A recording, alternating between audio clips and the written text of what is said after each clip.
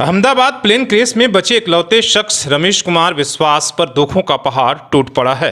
हादसे में अपने छोटे भाई को खो देने के बाद विश्वास ने जख्मी हालात में भाई की अंतिम यात्रा में हिस्सा लिया। वो फूट फूट कर रो रहे हैं, लेकिन फिर भी अपने भाई के पार्थिव शरीर को कंधा दिया। आज ही वो अस्पताल से डिस्चार्ज हुए हैं। देश को झकझोर देने वाला एयर इंडिया की फ्लाइट AI 171 का हादसा अब तक सबसे भयावह विमान दुर्घटनाओं में शामिल हो गया है। लंदन जा रही Boeing dream liner flight takeoff के कुछ ही देर बाद दुर्घटनाग्रस्त हो गई, जिसमें कुल 275 लोगों की मौत हो चुकी है। इस भयावह त्रासदी में सिर्फ एक व्यक्ति रमेश विश्वास कुमार जीवित बच गए हैं। रमेश कुमार एक ब्रिटिश भारतीय नागरिक हैं। वे सीट नंबर 11A पर बैठे थे। उनके साथ उनके छोटे भाई अजय कुमार सीट 11J पर बैठे थे। दोनों भाई दीव में अपने परिवार से मिलकर लंदन लौट रहे थे।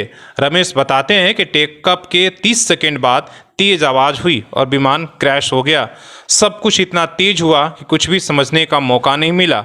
मेरी सीट इमरजेंसी दरवाजे के पास थी, शायद इसी ने मेरी जान बचाई।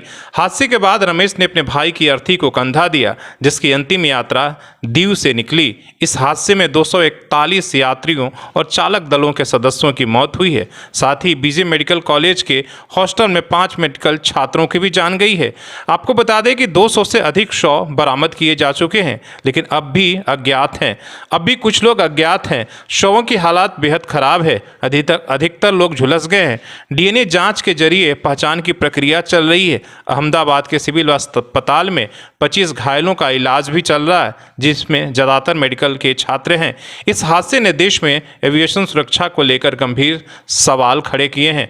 विशेषज्ञों की उच्च स्तरीय टीम हादसे की तकनीकी जांच में जुटी है, लेकिन सबसे बड़ा सवाल यह है कि जिन हादसे में जिन लोगों ने अपने परिवार को खोया है, वो उनकी कहानियां सुनकर देश का कलेजा फटते जा रहा है। उसमें से आप देख रहे हैं कि रमेश कुमार विश्वास का भी अपने भाई को कंधा देते हुए, और इन हालातों को देखकर कहीं ना कहीं देश की आंखों में आंसू है।